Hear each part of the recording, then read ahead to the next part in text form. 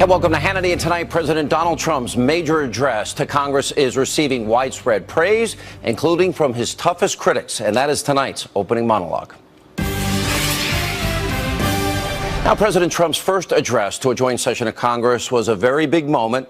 In my opinion, he knocked it out of the park, and he did so because he focused on his promises and key policy proposals. Now, in a few moments, we'll get reaction from Laura Ingraham and Ann Coulter, but first, the commander-in-chief simply outlined all of the severe challenges, problems the country faces, then laid out his very bold solutions to fix the problems. Let's take a look. As promised, I directed the Department of Defense to develop a plan to demolish and destroy ISIS. We will work with our allies, including our friends and allies in the Muslim world, to extinguish this vile enemy from our planet. And we must support the victims of crime. I have ordered the Department of Homeland Security to create an office to serve American victims. The office is called VOICE.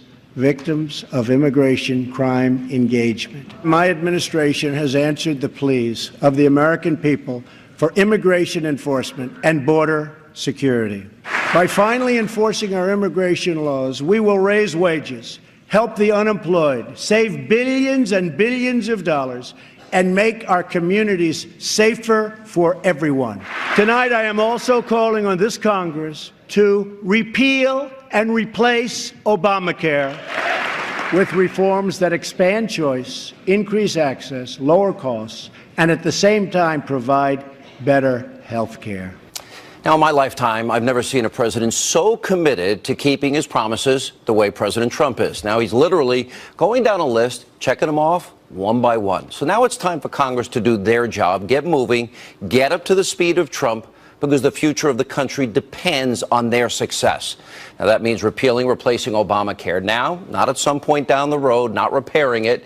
It's not repairable. That means getting the border wall built as soon as possible. That means slashing taxes, reforming the tax code immediately so that we can reverse the country's precipitous decline and put the millions of Americans that are out of the labor force, on food stamps, in poverty, back to work.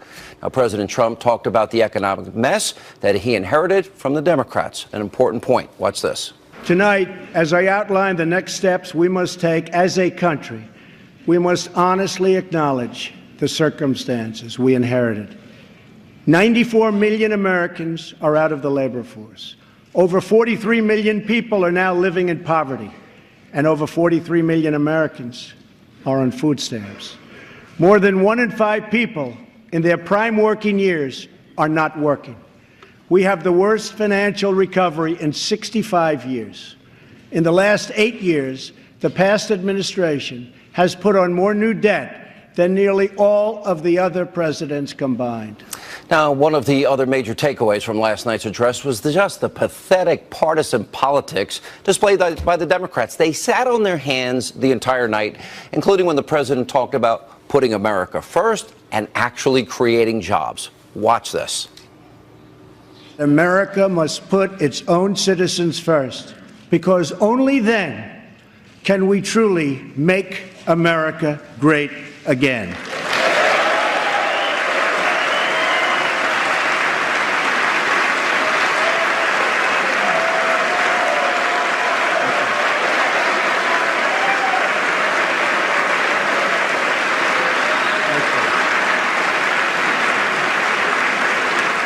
Since my election, Ford, Fiat Chrysler, General Motors, Sprint, SoftBank, Lockheed, Intel, Walmart, and many others have announced that they will invest billions and billions of dollars in the United States and will create tens of thousands of new American jobs.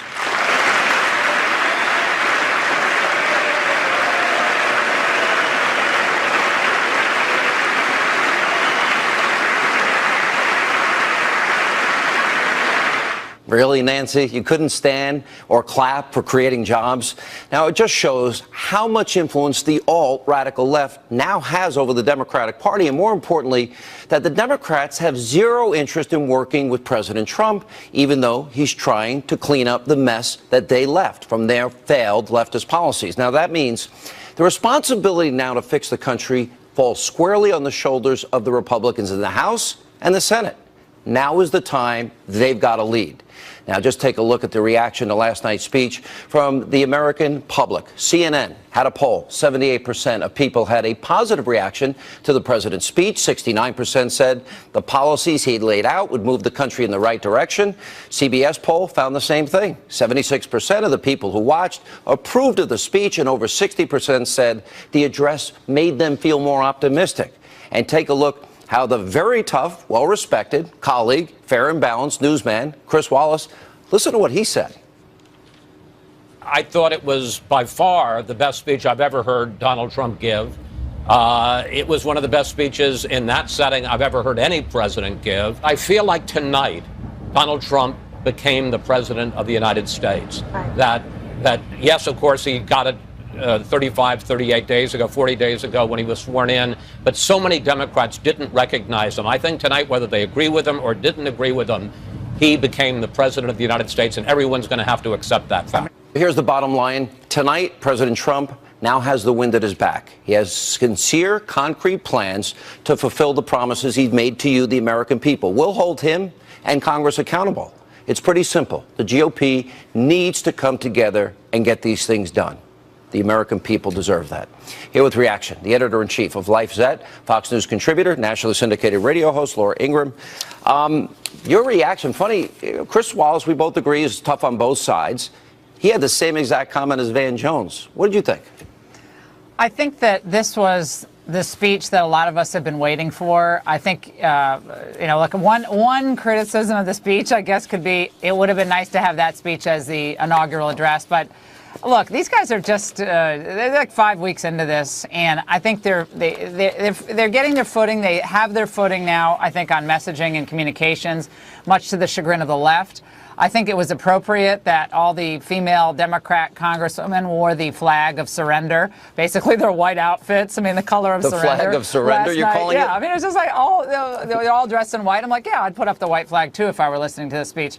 And they were grasping afterward for anything negative to say, and it was good that Van Jones was honest about it, and it was good that Rachel Maddow said that she could not understand, I'm paraphrasing, why the Democrats had such a lame rebuttal when they supposedly have such a deep bench. So the Democrats have to figure out, like, where do they go from here? Is it just going to be Russia, Russia, Russia, impeach, impeach, impeach, Bannon, Bannon, Miller, Miller? I mean, at some point, do they have anything substantive to say, or they are just not going to work with the president on even the issues they agree with him on, Sean, which was stunning, and the reaction shots that you played, even on the issues where Democrats agree now and have agreed in the past, including on the trade issue, where a lot of Democrats agree with where Trump is going on that.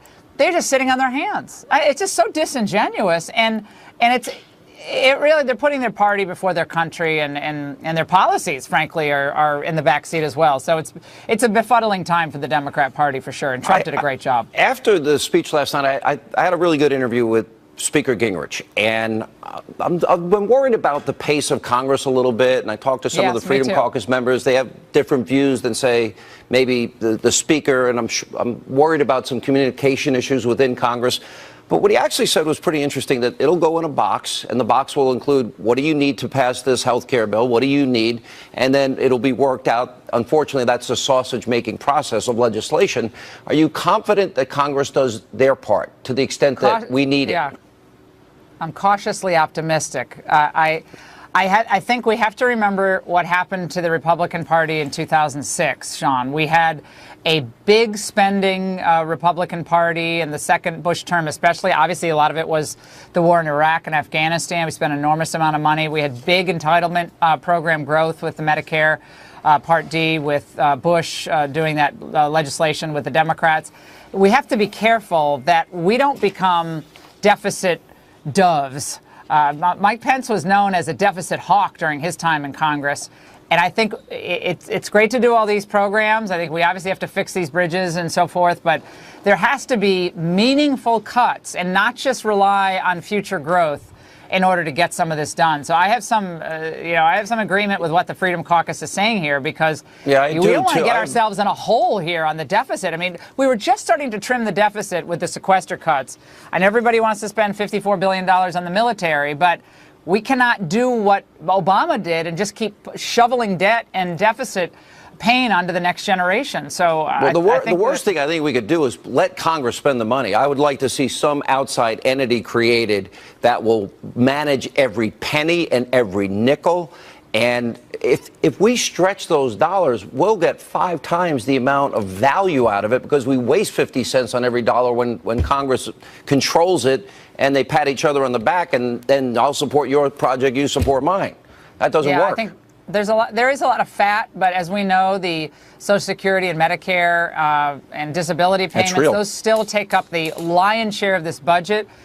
So it's like you have to be super careful how you do it, but there's a lot of balancing to do. No one's going to get everything they want in this. To get meaningful health care reform, people are going to have to give up on some of their pet issues here, because you're not going to get anything done unless people are willing to give a little bit. But Trump has a mandate, I think. Energy, the corporate tax rate, the repatriation, the middle tax cut.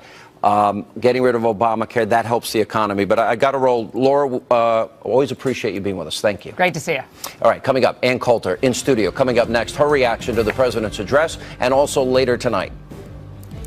Why not join forces and finally get the job done and get it done right? President Trump reaching out to Democrats, asking them to work with Republicans on behalf of you, the American people. Will they ever do it? I tend to doubt it. Later tonight, Larry Elder, Ari Fleischer, Anthony Scaramucci will join us, and much more on this busy news night.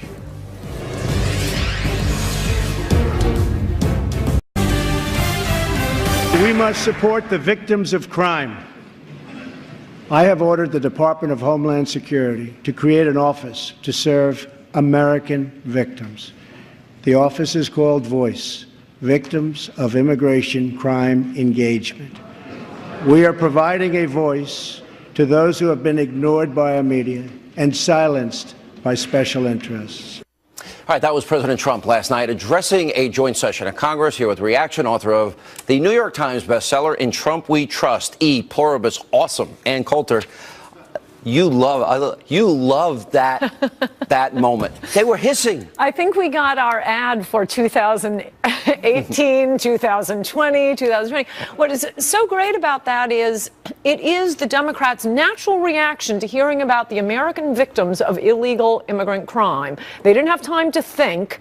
They just think, oh, screw those Americans. They probably deserved it. No, they immediately, automatically take the side of the illegal immigrant criminal. It was an astonishing, revealing moment right there. And I don't think they're showing that on the other networks. No, they want to pretend it didn't happen. And the president mentioned a couple of instances last night. I did a town hall with Donald Trump, then candidate Trump, with mothers whose sons were murdered by illegal immigrants. Right. Nobody seems to ever want to talk about that part. Right, and it's worth pointing out also, because everyone is lying about this, everything he said in that speech last night, he has been saying for 18 months or however long since he came down the escalator and talked about Mexico sending rapists and drug dealers. Nothing was new in that. And this idea that, oh, suddenly he looks like a president. No, this is I mean, saying he's putting America first. He's not running to be president of the world, but president of the United States of America. What would you say, he says to the Democrats, to the American family that's lost jobs, family members, income, because we refuse to enforce our immigration laws? He's been saying this every speech. Where have you people been? And the idea that they used to say this, what kind of State of the Union address will he give if he's sending out tweets like this? Well, come on, everybody knows you speak differently to your boss than you do to your child than you do to your mother. I always knew, I mean, he's a billionaire. He knows how to behave. It was the same message he has been giving all along, but delivered in a proper State of the Union format. And nobody else in that room, not Republicans or Democrats, could have given that speech. Maybe earlier in the campaign, because it was so new, I didn't know how it would work out. I'm now the biggest fan of him tweeting. He actually had a great line. It's like owning your own newspaper. Yes. And if you have as many followers as him, he's getting more people reading his, quote, columns than any newspaper or any major group of newspapers combined. And it drives the left crazy. I see them over on MSNBC saying, well, we took a poll, and, you know, most people out in America say he shouldn't tweet so much. Yeah, okay, you checked in the newsroom. I bet you don't want him to tweet so much. But, yeah, he can punch back through Twitter. And it's fun and it's funny, and I actually do really like him doing that. But that speech last night, I mean, there were so many revealing moments. As you say, the Democrats sitting on their hands when he says we're going to stop drugs from coming into the country, when he says we're bringing 10,000 jobs back, and they're sitting scowling, and those women in white, those big sows, the most exercise they've gotten, they finally figure out, oh, we've got to stand for this. It's like Pilates for them. That speech was fabulous. Amazing. And they're not showing it on the other networks. I'm glad you're showing lots of clips from it, because I was watching it thinking, what are they going to say about this? I mean, every line was a home run. So they're just not showing it. This is what they did throughout the campaign. He would give a blockbuster speech, like a speech in Phoenix. And their position is to just say, trust us, America. You don't want to see it. It was dark. It was awful. And that's what we keep getting. Look, there was nothing new here. It was a beautiful speech. He loves America. No one else could give this speech. One little tip for the media. Stop asking him if he's softening on immigration. He's not. He's him. All these rumors keep coming from reporters. Yeah. It's the damnedest thing, because he's been very clear about how immigration, the new lodestar of our immigration policy, will be the interests of the people who already live here. Very clear point. How many different ways does he have to say it? And yet they just can't stop asking. You worried? Look at it from the perspective of the poor illegal. No, we're looking at it from the perspective of the poor Americans. In Congress? Oh, yeah. Me too. Yeah, there's only one senator who is desperately trying to become my favorite senator, Senator Tom Cotton. And actually, there are a fair number of House members. But no, those guys need to be knocked around. I think so, though. I'm not even sure. I mean, I don't know that many House members. But there seem to be a few good ones. But as I wrote last week, stop imitating Reagan and start imitating Donald Trump right now. Yeah, and they would be good for them politically, and the country gets turned around, and our place in the world gets restored. I think they may end up getting some Trumpian primary challengers. And I think you're right. I've always been against primary challenges to safe seats. No, I think we might want to open it up if they don't step up. Yeah. All right. Ann Coulter, good to see you. Thank you. Good to see you. Everything that is broken in our country can be fixed. Every problem can be solved. And every hurting family can find healing and hope. Our citizens deserve this, and so much more. So why not join forces and finally get the job done, and get it done right? Democrats and Republicans should get together and unite for the good of our country and for the good of the American people. President Trump called for unity last night, but it appears some Democrats wanted no part of that bipartisan message. Now, here are some liberal lawmakers reacting to the president's speech. Take a look. Here's the thing that was weird about the speech to me that I think we've got to say. This is a guy in a death struggle with the truth. This is a guy who embellishment is his best friend. With this president, more than any other, his speeches are detached from reality. This speech will be forgotten in a day or two. And where's the action? The policies that he's doing don't add up in any way to the grandiose statements that he's making. In fact, every time I sat there listening to a lot of what he was said, and I felt like it was mendacity. It was a betrayal of many of the things, many of the people that he convinced to vote for him in my state. I mean, this was Steve Bannon on steroids with a smile. Joining us with reaction, Salem nationally syndicated radio talk show host Larry Elder, who's laughing, and former White House Press Secretary Ari Fleischer, and Trump Transition Executive Committee member and the founder of Skybridge Capital, Anthony Scaramucci, is with us. Why are you laughing, Larry? Well, you know, if you are a Trump-hating lefty, it seems to me it's awfully difficult to watch a speech where you're talking about infrastructure spending, talking about paid maternity leave, talking about ensuring that people with pre-existing illnesses get covered. It's awfully hard to watch that speech and call him a hateful, racist warmonger. And the other thing, Sean, is I think a lot of people who can't stand Donald Trump halfway through that address probably thought PricewaterhouseCoopers had handed him the wrong speech.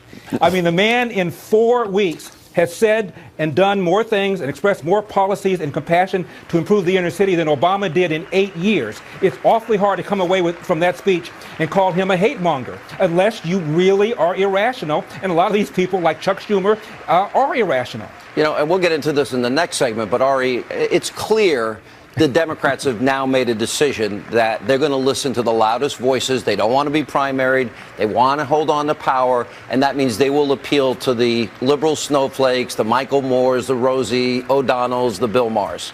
That's the Republicans can expect no help from them. I think that's largely right, except for a small group, maybe 8 to 10 senators who are up for re-election in Donald Trump's states that Donald Trump won. There may be a little bit of movement from those people. But, you know, Sean, I was raised as a Democrat when I was young. I changed after Ronald Reagan became president at the age of 21. So I know it's never a good time to be a Democrat. But I also know now is the even worse time to be a Democrat. And, you know, I tweeted last night, any Democrat who stands up more than 3 times during that speech is going to get a primary. That's a sad state of affairs. I'm watching the speech, and I'm there, and it's like, even when he said, and we're going to create jobs for those Americans left behind, they still, Anthony, they didn't applaud. You're in a tough spot, though, because what he basically did was he took 3 or 4 aspects of their playbook, middle-class jobs, blue-collar families getting a wage increase, infrastructure building to rebuild our inner cities and help the African-American communities, and that's supposed to be their base, Sean. And he took that base from them. And so they're going to have a very hard time in that group, that voting segment. Agreed. And Larry, I don't think he's getting any help from any Democrats, and that now puts the responsibility squarely where it belongs, on the Republicans to do their job. And I prefer they move faster and get the job done sooner. But if they do these things, it really, to me, it's not going to matter what any Democratic pundit or congressman or senator says on television. Well, that's right. As between the media that dislikes him and the Republican Party, I got a feeling that Donald Trump's going to have more difficulty with the Republicans. Look, Van Jones even praised his speech yesterday, and Mitch McConnell said, I find myself in a strange position of agreeing with Van Jones for the first time in my life. That's about better. Ari, you've been to a lot of these states of the union, and they're usually partisan. Let's be honest. I thought this was hyper-partisanship. Well, yeah, I do remember what it was like to be a Republican when Barack Obama took office, and Republicans didn't want to stand. They didn't want to give the president applause for the things he was doing, and that is traditional. The party in power gets the advantage of saying the things that bring people up to their feet, and the other party has to sit there looking dour and trying not to look too dour. But, you know, the power of the speech last night, Sean, was it put wind in Donald Trump's sails. It's allowed the president now to get momentum and to show leadership and confidence and strength. And that's powerful. And that also sends a sign to Republicans that they need to do things that the president is asking them to do. Right. It's given him a lot of momentum that, frankly, he needed at this point in his presidency, and I'm very glad he got it last night. Yeah, well said. Anthony, I just want to add something to that. Not only that, the morale today, the people I talked to inside the White House, including the president, is off the chart. Yeah. So we got very good momentum. It's a very good inflection point in the president's early stage. The Democrats hurt themselves, too, because even CNN and CBS, the American people liked the speech overwhelmingly. Yeah. They loved it. Yeah, and they're getting emotional, Sean. Yeah. They get emotional about it. They get upset. You know, I've been on other air where the hair catches on fire and smoke's coming out of their ears. You have my sympathy for doing those interviews. Yeah. All right, guys, thank you all. Appreciate your input as always. We are blessed to be joined tonight by Corinne Owens, the widow of U.S. Navy Special Operator, Senior Chief William Ryan Owens. Ryan was a part of a highly successful raid that generated large amounts of vital intelligence that will lead to many more victories in the future against our enemy. Ryan's legacy is etched into eternity. Thank you.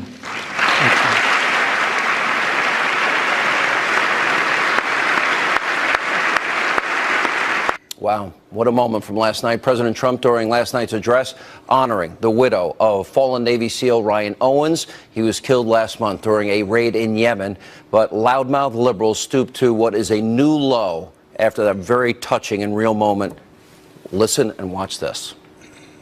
I wish she hadn't allowed herself to be used as his prop like that. That's why she's there. Yeah, as a sort of a FU to the people who are criticizing him for this. What's he thinking about? My ratings. And how many? Record applause. What is it? I'm going to get an Emmy for this. Most applause for a dead soldier on my watch. I mean, this is the sickness of this man.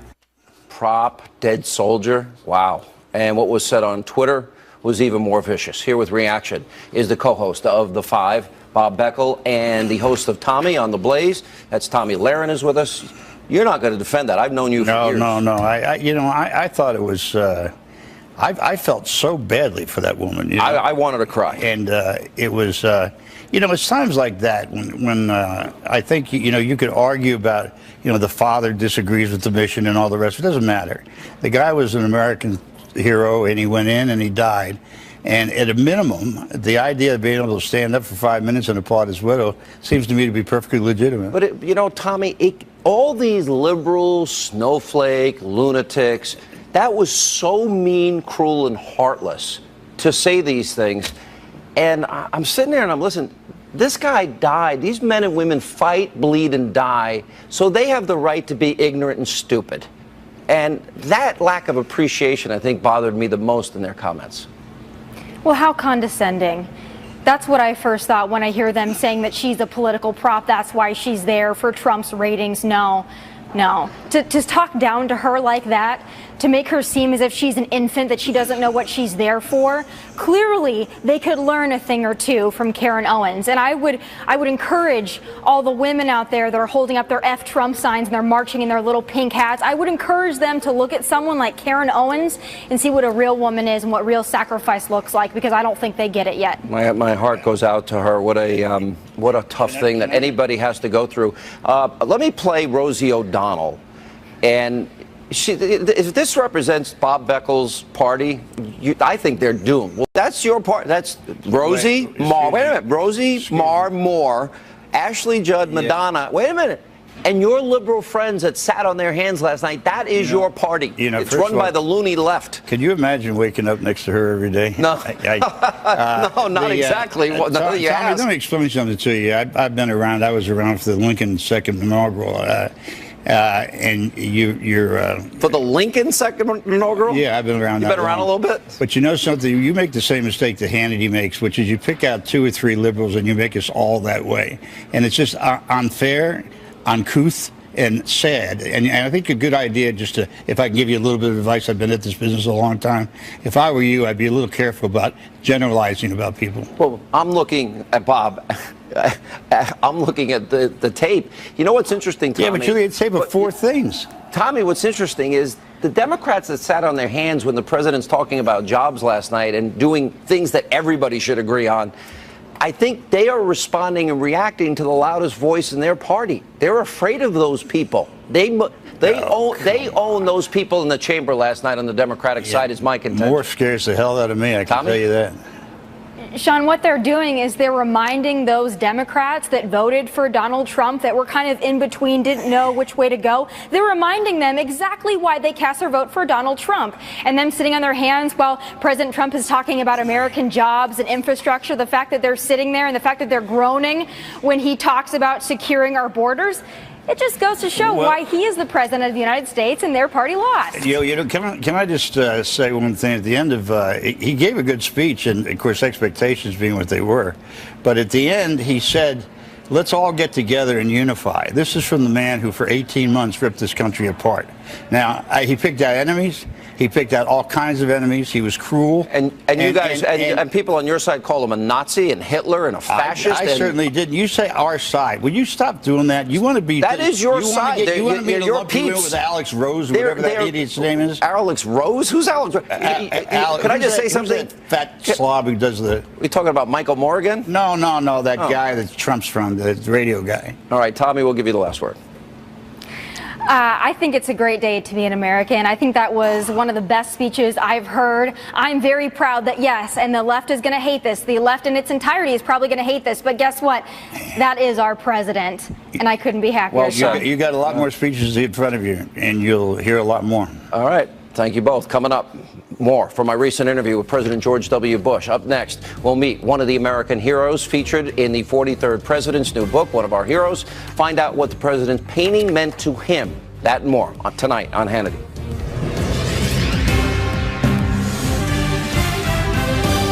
And welcome back to Hannity. So during my recent interview with President George W. Bush about his brand new book, Portraits of Courage, a Commander-in-Chief's tribute to America's warriors, well, I had the chance to meet some of the American heroes that were featured in the 43rd president's book, including Purple Heart recipient, retired U.S. Army Sergeant Daniel Cassara. Watch this.